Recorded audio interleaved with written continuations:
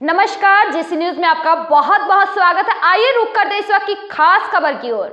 नौकरी तो इसलिए बंद हो गई, नौकरियां चली गई, आपके मिस्त्री खत्म हो रहे हैं, आपका लोकल सब कुछ खत्म हो रहा है और सब कुछ मल्टीनेशनल कंपनियों के पास जा रहा है। ये सारा खेल डेटा का ही है। जनता सरकार मोर्चा का साइबर पुलिस अधिकारियों और पॉलिसी बाजार के खिलाफ प्रदर्शन और धरना। जी हां, देश के जागरूक नागरिकों और जनता सरकार मोर्चा के सदस्य स्थित साइबर थाने गुड़गांव पहुंचे। जेसम के संस्थापक सदस्य देवेंद्र बलहारा के नेतृत्व में गुड़गांव पहुंचे। साइबर पुलिस स्टेशन में गुड़गांव सेक्टर 43 में सुबह 11:30 बजे से 3 बजे तक धरना देकर अपनी आवाज बुलंद की। साइबर पुलिस विभाग के कुछ अधिकारी और बीमा कंपनियों की ब्रोकर पॉलिसी बाजार द्वारा देश की साइबर सुरक्षा और राष्ट्रीय अखंडता को धराशायी किया जा रहा है। आंदोलन में शामिल होने वाले 200 से अधिक जनता सरकार के लोगों को संबोधित करते हुए रविंद्र भारती ने बताया कि देश में अहम पदों पर काम कर रहे लोगों का डाटा भी अगर सुरक्षित नहीं है तो लोग आम नागरिक इस ऑनलाइन ठगी से कैसे बचेंगे। वहीं साइबर X9 के संस्थापक और देवेंद्र बलहारा ने पुलिस अधिकारियों के साथ लगभग 3 घंटे चली मैराथन बैठक के दौरान आंदोलनकारियों को गुड़गांव से सोमदेव आर्य ने निर्देशन दिया और भीम अवार्ड से सम्मानित किया। कॉमनवेल्थ मेडलिस्ट पहलवान सोमवीर कादियान ने मीडिया को बताया कि हरियाणा के हर जिले से मोर्चे के मुख्य क्रांतिकारी अपनी प्रेजेंटेशन देने आए हैं ताकि प्रदेश और देश के अधिकारी सतर्क होकर हमारे डेटा को सुरक्षित रखना सुनिश्चित करें।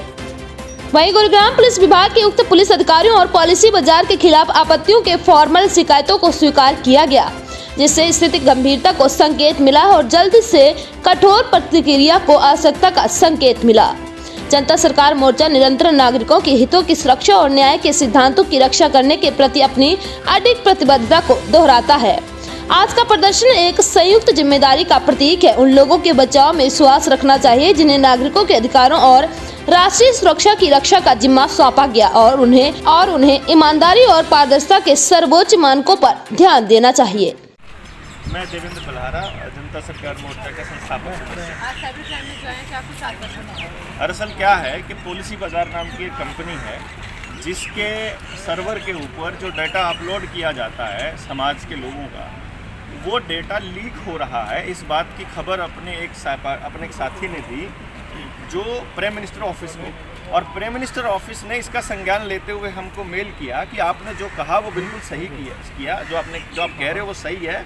हम पॉलिसी बाजार कंपनी की चेकिंग करेंगे, इसकी जांच करके और जो भी कार्रवाई होगी वो करेंगे, और आगे भी आप ये करते रहिए, जांच करते रहिए कि कोई और लीकेज है या नहीं। और फिर इस तरह से जब इस मामले के ऊपर बार बार जब पॉलिसी बाजार के लोगों से संपर्क किया गया कि आप ये लीकेज बंद कीजिए, क्योंकि समाज के अंदर जो सेंसिटिव लोकेशंस पर या सेंसिटिव पोस्ट पर बैठे लोग हैं, जैसे आर्मी में काम करने वाले लोग हैं, DRDO में काम करने वाले, PMO में काम करने वाले, पैरामिलिट्री फोर्सेस के, पुलिस के जवान और तमाम तरह के वो लोग जो जिनका सारा डेटा, वो बीमार कितने रहते हैं, कौन सी दवाइयाँ खा रहे हैं, कितना उनका इनकम है, उनकी ITR की इन्फॉर्मेशन है, आपके परिवार में कितने लोग हैं, आपकी पोस्टिंग किस जगह पर है, आप आठवीं संभाल रहे हो कि दूसरी संभाल रहे हो, आप पूरा क्वेश्चनर एक वहाँ अपलोड किया जाता है और वो सारा डेटा पब्लिक डोमेन में आ जाए, ऐसा एक ब्लंडर हो रहा था जिसकी जांच के लिए बहुत बार बोला गया। 2022 से चल रहा ये केस था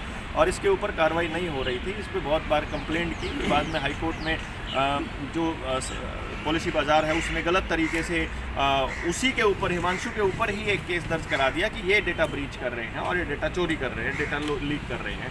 वो तो शुक्र है कि हमने पहले ही जानकारी कंपनी को भी दे दी थी और PMO को भी दे दी थी।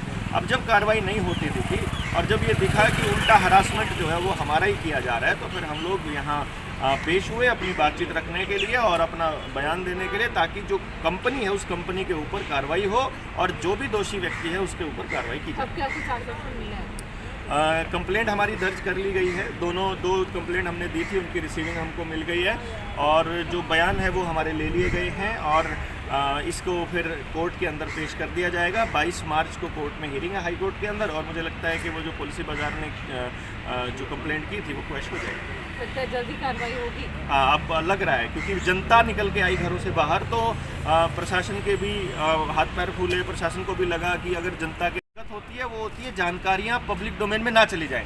अब जो बेचारी जनता है उसको मालूम ही नहीं है कि डेटा लीक होने से होता क्या है। आपका डेटा कोई आदमी के पास हो, आप कितने बीमार रहते हो, तो आपकी मोबाइल के ऊपर वो ऐड आने लग जाएंगी दवाइयों की कि घर बैठे दवाई मंगा लीजिए, आप कौन सी दवाई खाते हो, तो आपको दुकानदारी से तोड़ दिया जाएगा। इसी तरीके से आपके घर में कौन कौन लोग हैं, वो कहाँ कहाँ पोस्टेड है, अगर कल को किसी आर्मी का बंदा आप अपने घर में हो और हमें पता हो कि उसकी लेह लद्दाख में पोस्टिंग है, और कमाल की बात बताता हूँ मैं आपको, जिन कंपनियों का इसके अंदर स्टेक है उन कंपनियों के अंदर 30% हिस्सेदारी चाइना की है, और चाइना के साथ हमारा झगड़ा चल रहा है, और लेह लद्दाख में अगर हमारे सैनिकों की जान इस तरह से खतरे में है, तो मतलब डेटा बहुत बड़ी चीज़ है। और हर कंपनी ये कहती रहती है कि data is the new fuel, data is the new fuel, जिसके पास डेटा होगा वही दुनिया को कंट्रोल करेगा। ये बातें बहुत बार आती रहती हैं, तो इसका मतलब है कि कंपनियों की नज़र तो हमारे डेटा पर है, लेकिन हमारी नज़र नहीं है। हम तो जहाँ कहीं खा के अपना आधार कार्ड पकड़ा देते हैं। और आप नरेंद्र मोदी साहब की वो 2014 से पहले का बयान देखिए आप, जिसमें वो मुख्यमंत्री थे उस टाइम पर, वो बोला करते थे कि जो कांग्रेस की सरकार आधार कार्ड लेने जा रही है, वो आधार कार्ड में आपका सेंसिटिव डेटा होता है, और वही सरकार बनते ही आने के बाद आपका सारा डेटा आधार के साथ जोड़ने लग गई।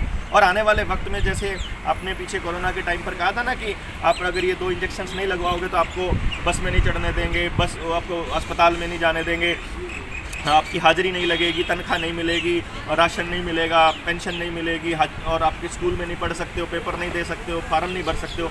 यही चीज़ आने वाले टाइम में आधार कार्ड के साथ करने वाले हैं ये लोग, कि अगर तुमने 4थी डोज नहीं लगवाई है तो तुमको अब जो है ना तुम्हारा आधार बंद, तो आपका पैन बंद, आपका बैंक अकाउंट बंद, आपकी ITR बंद, आपका पानी का अकाउंट बंद, आपका बिजली का बंद, आपका फ़ोन नंबर बंद, आपके जो खाते में ट्रांसफ़र हो रहा है पैसा वो बंद, आपके जितने सारे डेटा, आपका तो मोबाइल ही आधार के साथ जुड़ा हुआ है, तो आपका सब कुछ बंद हो जाएगा।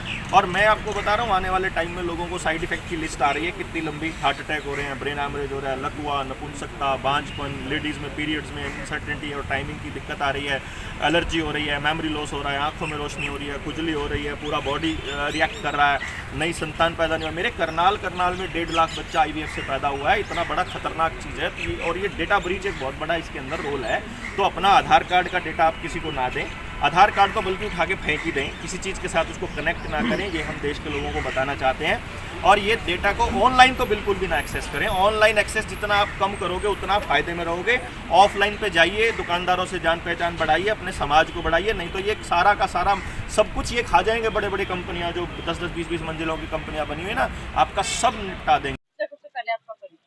मेरा नाम सुनील शर्मा है और मैं जनता सरकार मोर्चा हमारा संगठन है। आज के प्रदर्शन का कारण क्या? आज के प्रदर्शन का अगर मतलब बोले तो ऐसा लगता है कि शब्द ही नहीं है, इतना खतरनाक मामला है। खतरनाक मामला है राष्ट्रीय सुरक्षा का, और अगर राष्ट्र की सुरक्षा ही खतरे में है तो फिर आम आदमी क्या करेगा, उसकी तो जिंदगी वैसे ही परेशानी में आने वाली है। थोड़ा सा डिटेल में बताएं क्या समस्या है? अभी जिस दिन से MNCs ने कब्जा करना शुरू किया है, और हम तो इस MNCs के हब में बैठे हैं, यहाँ पे टोटली कंट्रोल्ड कंडीशन है। अगर हम नए गुड़गांव की बात करें तो इसमें एक कंपनी है पॉलिसी बाजार, जिसकी वेबसाइट भी आती है ना, policybazaar.com वाली, जो इन्होंने ये सेक्टर 43 गुड़गांव के साइबर क्राइम ऑफिस है ना, हाँ, यहाँ पे हम आए हैं। और जो मुद्दा है वो बहुत क्रिटिकल है, बहुत संगीन है। समस्या ये है कि भाई जो ये कंपनियां हैं, जो MNCs आई हैं, इन्होंने पॉलिसी बनाना शुरू किया इंश्योरेंस की, और इन्होंने इंश्योरेंस की पॉलिसीज में जो अपना फौज है, मिलिट्री है, एयरफोर्स है, नेवी है, ये एरिया जो सिक्योरिटी का है, नेशनल सिक्योरिटी का, इन लोगों की भी इन्होंने पॉलिसीज बनाई है। इन पॉलिसीज का पूरा डाटा इनके पास चला गया, इंडिविजुअल आदमी का डाटा चला गया, लोअर लेवल से लेके और हायर रैंक तक के जितने भी ऑफिसर्स हैं। और इसमें समस्या यहाँ तक आई कि हर आदमी की पोस्टिंग कहाँ है, उसका काम क्या है, वो किस एरिया को संभालता है, वो ऑर्डिनेंस में काम करता है कि नहीं, डिफेंस के किस एरिया में काम करता है, उनके पास टोटल जानकारी है, और उसकी पूरी जानकारी उनके पास है, और वो ऑनलाइन पड़ी है। अब पता चला है कि वो उनका सारा डाटा टोटल लीक हो रहा है, और वो चीन, अमेरिका तक वो लीकेज जारी है। इस लीकेज की बहुत भारी कीमत इस देश को चुकानी पड़ रही है, क्योंकि अगर डिफेंस के किसी भी आदमी को का पूरा डाटा अगर किसी के पास चला जाए, किसी विरोधी देश के पास, तो उसका किस तरीके से यूज कर सकते हैं, वो एक बड़ी समस्या है। इस समय बॉर्डर पे दिक्कत नहीं है, इस समय सबसे बड़ी दिक्कत है डाटा की। अगर डाटा चोरी होता है तो इस देश में या दुनिया में कुछ भी हो सकता है, जो कि इस समय हमने जो पीछे कोरोना की समस्या आई थी, उससे भी हमने देखा है कि डाटा के बेस पे इन्होंने सेंट्रली कैसे कंट्रोल किया पूरी दुनिया को। ये तो आज केवल एक सांकेतिक धरना है, लेकिन ये सब ऐसी ही और भी तमाम छोटी बड़ी खबरों को देखने के लिए बने रहे हमारे साथ और देखते रहे GC न्यूज़ लाइव।